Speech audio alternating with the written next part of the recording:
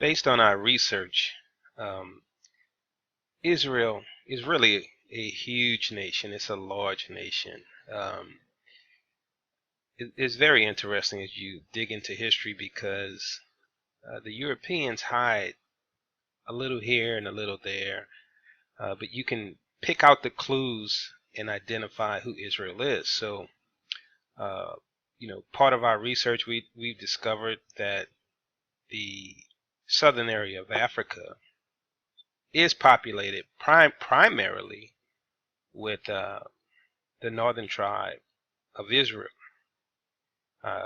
There are Hamites living there as well, but Israel dominates quite a large portion of the south of Africa.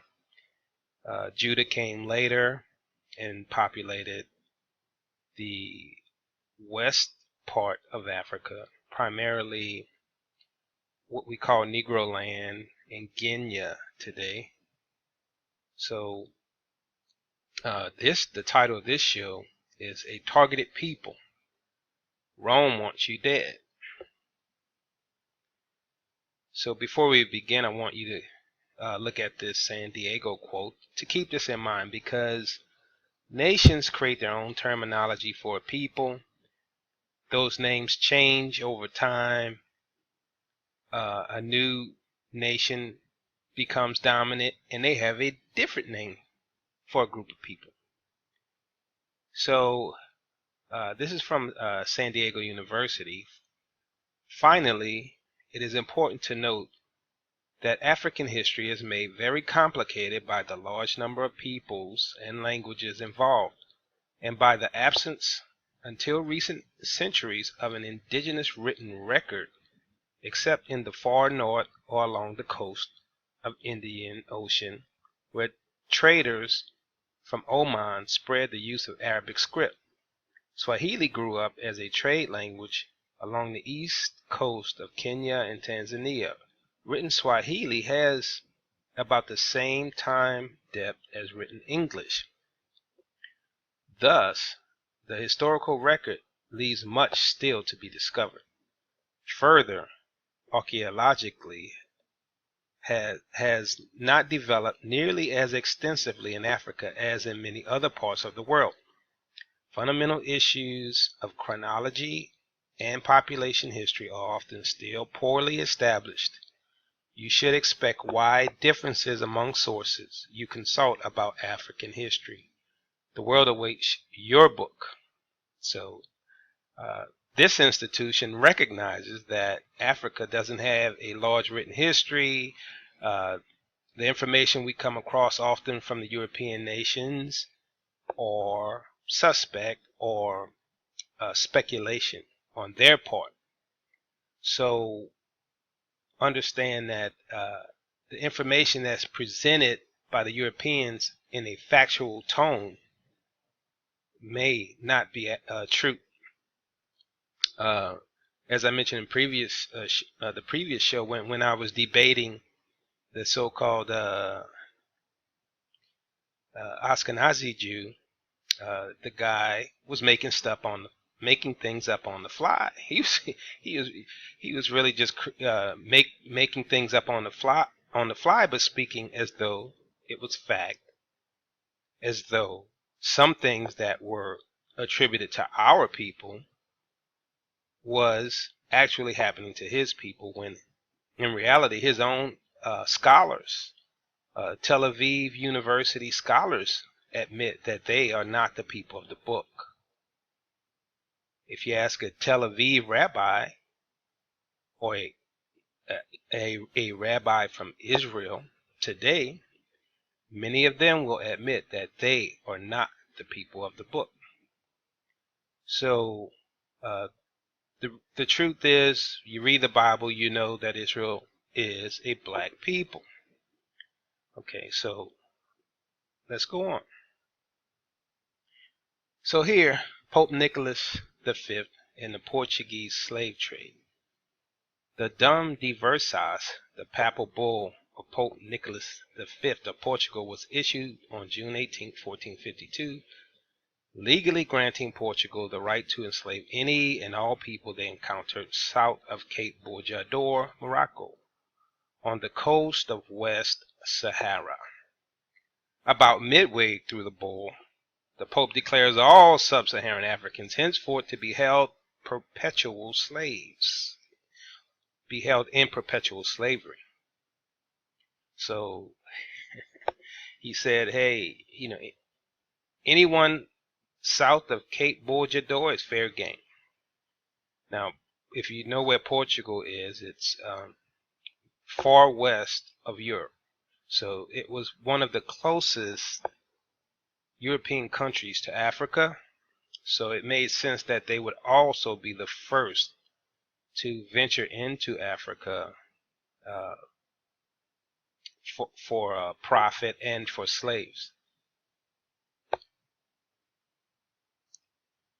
So later, the same Pope wrote the Bull Romanus Pontifex on January 5, 1455, to the same Alfonso, King Alfonso. As a follow-up to the Dum Diversas, it extended to the Catholic nations of Europe, so now all nations of Europe that are Catholic, dominion over discovered lands during the Age of Discovery. Along with sanctifying the seizure of non-Christian lands, it encouraged the enslavement of native, non-Christian peoples in Africa and the New World. So who decided to enslave Israel? Who decided to enslave the so-called African in West Africa and South Africa?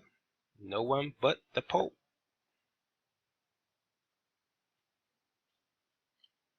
That night, Goncalves led a raiding party into Cape Blanc. Okay, let me try that again. That night, Goncalves led a raiding party into Cape Blanc, a narrow peninsula between Western Sahara and Mauritania, and kidnapped 2 Berbers, 1 man and 1 woman, another Portuguese mariner, Nuno Tristão, and members of his crew soon joined Goncalves. Although the raid resulted in less than a dozen captives, Zurara imagines in his account that Prince Henry of Portugal responded to this enterprise with joy, not so much for the number of captives taken, but for prospects of other countless captives that could be taken. So now, where was Cape Bojador? As you can see here, it was in northwest Africa. This is the early Portuguese trading area. So now we know why there weren't any slaves from Morocco. You can only get slaves south of Cape Bojador. Okay, and so you'll see primarily the area targeted is so-called Negroland in Ghana.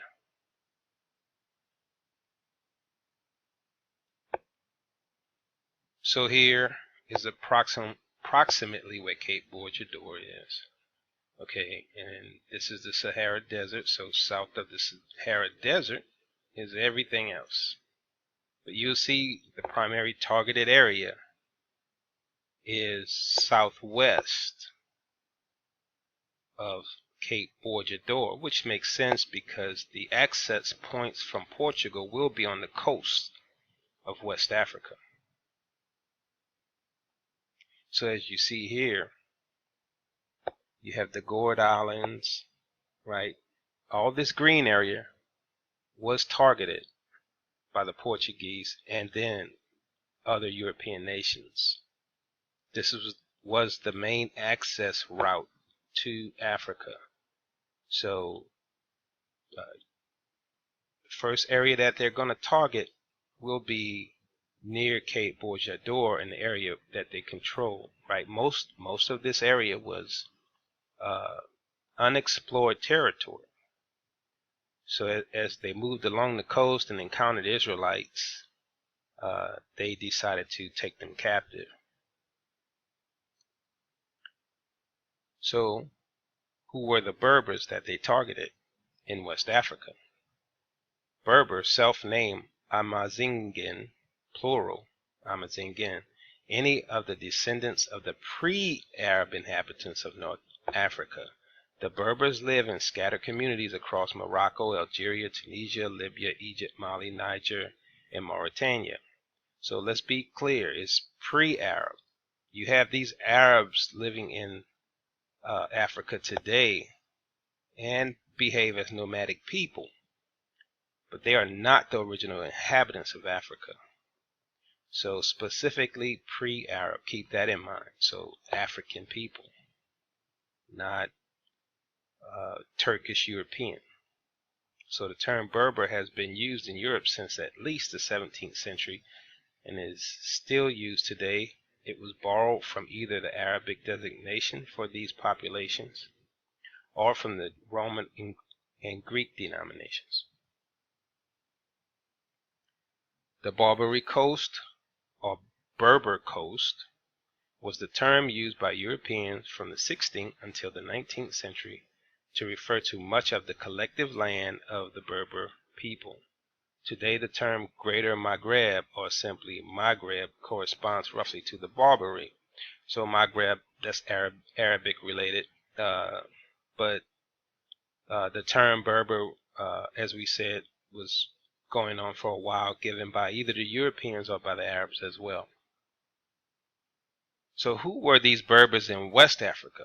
Since Berbers are considered Northeast Africa, who were the ones in West Africa? They were the Tuareg, right? The Tuareg inhabit the Saharan regions of North Africa, Niger, Mali, Libya, Algeria, Burkina Faso. Tuareg is an Arabic term meaning abandoned by God. They call themselves Imohag, translated as freemen. No one knows the true origin of Tuareg, where they came from, or when they arrived in the Saharas. Well, of course they don't know their origins because they are Israelites. They came from the so-called Middle East with the rest of their people. Okay, so pay attention to the term meaning abandoned by God. This is the term that Arabs use for Israelites, Hebrew Israelites. Okay, so in the Surah, the Quran, Surah 4, they say Allah had cursed them, the Jews, for their disbelief. This is how the Muslims refer to Jews or Hebrew Israelites. Ethnic classification. The Tuareg are classified as a Berber group and are closely related to both Northwest African Berbers and West Africans in terms of culture and race. They do not have Arabic ethnicity. So once again, they're not Arabic. Okay. So it was the Tuaregs who were initially targeted by Pope Nicholas and his Portuguese people. So here's a modern area of the Tuareg region. They are nomadic people and usually travel along this region. But I'll show you in a second the trade routes of the Tuareg, which made them targets for the Portuguese. Easy targets for the Portuguese. So here's the trade route. If you see it begins, you have some in the Benin Togo area, along Negroland, primarily Negroland, Mali, all the way to the west coast. So the Portuguese could grab the so-called Berber from any point along these trade routes. So here we go. Negroland and Ghana is part of that route, and territories occupied by Israelites. The map below was created under the authority of the Duke of Orleans. Now back then they called this area here the Barbery, the land of the Barbery. Okay, so it was also known as Negrito or Negroland. We find the slave coast in this area as well. The area where this map states the people were Jews. So we're going to show you this map sanctioned by the Duke of Orleans, where they call these people Jews. So here you can see near the area of Lamlim. According to Idrisi, the land hereabout was peopled by Jews. Here's another view of these two maps where you can see the Barbery, Negrito or Negrisha, and in Negrisha is where the people are called Jews. Now you can see below here Ghana, the area of Ghana, and so the area of Negrisha is Negroland. So these areas were occupied by the Tuareg, the so-called Berbers, which are tribes of Judah. The southern tribes are in South Africa today, the Ephraim and the other tribes. So here is another view where you see Negrisha, the land of Negrisha, close-up view, and the area of Lamlim, where the people are known to be Jews, which ties back to the previous maps in our previous shows where the people were known to be called Judah. So Negrisha is, based on the Webster Dictionary, a name of the Sudan from the Latin Niger or Niger for black. So in English that could easily be pronounced nigger, N-I-G-R.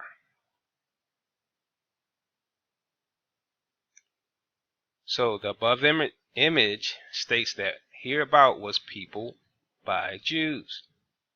Now the below map further validates that the Berbers were in the same area of the slave coast as that of the Portuguese map that also shows the kingdom of Judah.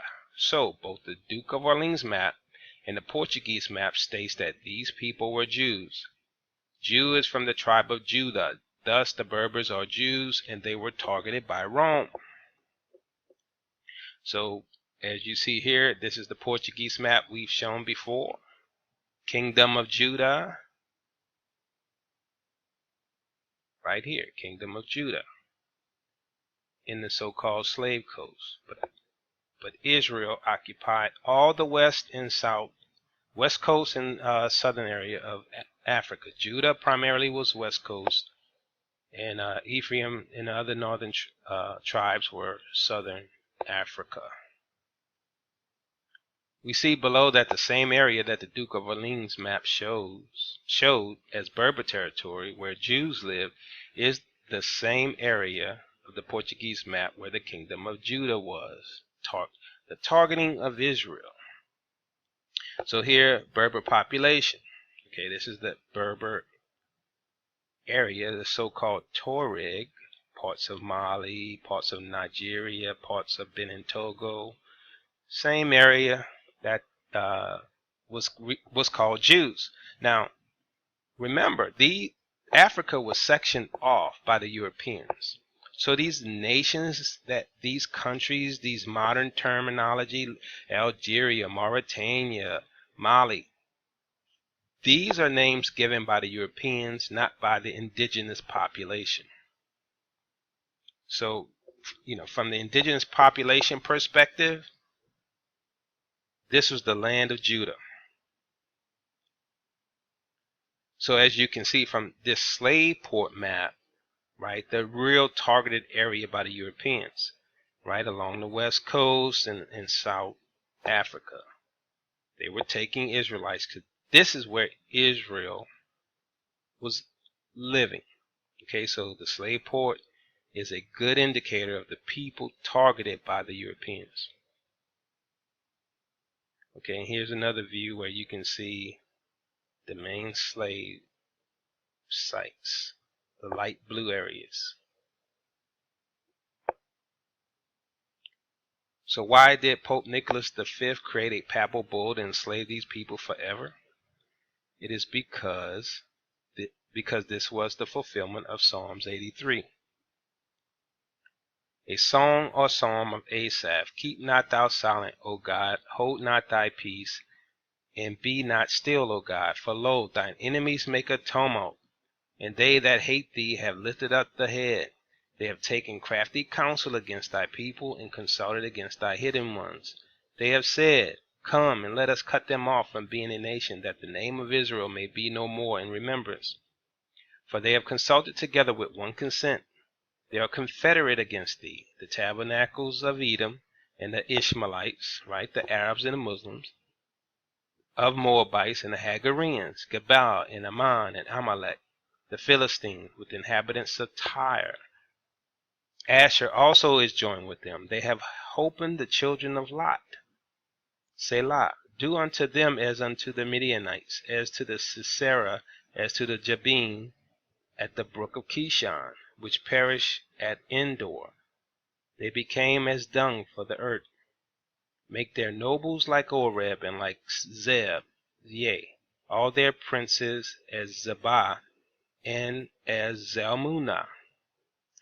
Who said, let us take to ourselves the houses of God in possession? O my God, make them like a wheel, as the stubble before the wind, as the fire burneth a wood, and as flame sets the mountains on fire, so persecute them with thy tempest, and make them afraid with thy storm. Fill their faces with shame, and they may seek thy name, O Lord. Let them be confounded and troubled forever. Yea, let them be put to shame and perish, that men may know that thou, whose name alone is Yah, art the most high over all the earth. Now here we see also in Job 3:6, you sold the people of Judah and Jerusalem to the Greeks, that you might send them far from their homeland. So Israel was targeted by Rome for slavery, right? Rome is Edom. To remove Israel far from their land so that they will forget who they are and never be able to return to Israel. Psalm 83:12 tells us that their plan was to put Israel into slavery from the very beginning. Note above, conspiracy of Edom is with them and is the chief conspirator. So the primary conspirator of the enslavement of Israel is Edom. The fake Jews call Rome Edom, and the real Jews call Rome Edom. The funny thing is that the Askanazi Jews are Roman. Oops. Okay. Let me go back. Okay, so here in the Negro laws of South Carolina, we see whom the definition of slaves refers to. If it refers to descendants of Berbers, as we saw, Berbers were Jews. It was not all Africans, just true Israel who were to be enslaved. So here's a section from the South Carolina Negro laws. The term Negro is confined to slave Africans, the ancient Berbers. So who are the enslaved Africans in South Carolina? The ancient Berbers and their descendants. It does not embrace the free inhabitants of Africa, such as the Egyptians, Moors, or the Negro Asiatics, such as the Lascars. Mulatto is the issue of the white and the Negro. When the mulatto ceases and a party bearing some slight taint of the African blood ranks as white, is a question for the solution of a jury. So they said once the Negro, the Hebrew Israelite, interbreeds with a white race, it's up to the jury to decide whether or not he is still a Negro. Okay, but as you see, the Negro slave was the ancient Berbers. So that was the terminology used for the Negro in the beginning of our people's enslavement. The term used at the time was Berber. This was a conspiracy of nations led by Rome, aka Edom. Okay, we see in Daniel 2:33 that the 2 legs of iron and the 10 toes is the end time kingdom of the Antichrist. The same people, Rome, that stole God's people out of Africa will fight the Lord Jesus for these people when he returns. See Job 3. For behold, in those days and in that time when I shall bring again the captivity of Judah and Jerusalem, all 12 tribes, I will also gather all nations and will bring them down into the valley of Jehoshaphat, and will plead with them there for my people and for my heritage Israel, whom they have scattered among the nations and parted my land. Okay, so the Lord, now Job 3 is very important, especially for Israel. Okay, and this is why the modern Christian church doesn't teach it, because the nations will be judged. Why? For enslaving Israel and scattering them to the four corners of the earth as slaves. Job 3 is real prophecy. Okay, don't let people jump to the end of the story, to the book of Revelation, when all these things need to take place. The restoration of Israel to the land. So they have known who you are, Israel. This proves it. Time for Israel to wake up. I think many of us want to go home. You know, we're tired of being mistreated by the Europeans. The Europeans control most governments today, including African governments. Right? You can't do anything without being part of the United Nations, which was created by the Rothschilds and Rockefellers, enemies of Israel. Who do you think financed the European enslavement of Israel? The Rothschilds and Rockefellers, right? The Askanazi Jews. This is documented. So here, you know, we see where they understood who Israel was, right? These Israelites and other free African Americans worked as farmers, craftspeople. So they look at that term there. This is a plaque in where is it? Is it Virginia? I think it's in Virginia. Okay, that identifies that the enslaved of America are Israelites. Now, Israel is a huge nation, but Israel is a poor nation in every nation around the world. Okay, and Israel's poverty is by design. Okay, it is the power of the Rothschilds and Rockefeller that secretly works behind the scenes, preventing our people from rising to the top.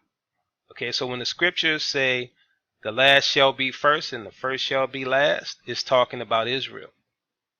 Israel is last. Israel will be restored to prominence. Israel will be restored to the land.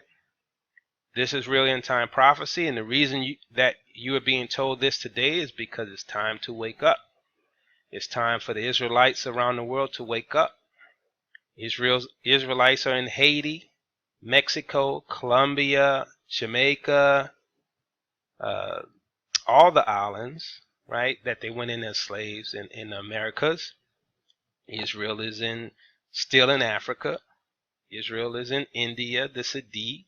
Israel is still, as someone mentioned in one of my comment sections, hey, he said, black people are still in the jungles of China and Japan. So guess what? That is the Kunlun. As I had referenced before, the Kunluns are still around. And the scripture said, no matter where you are, I'll find you. The Lord says, no matter where you are, I will find you and return you back to the land. So think about all these nations. Think about where Israel is. And the Lord has to get all of these people back and return them to the land. So doesn't it make sense why when Israel goes back to the land, it is unwalled villages because of all the wealth and prosperity they have and all the people? All of the Israelites are going to want to go home. Okay, once they realize who they are. We all are going to want to go home, but that's going to leave us with little room for security. But the Lord said he'll defend us in that day. So the land of unwalled villages, go back to our previous show about how to identify who the true Hebrew Israelite is. And you'll learn much about that. So I hope this was valuable to you. Be blessed.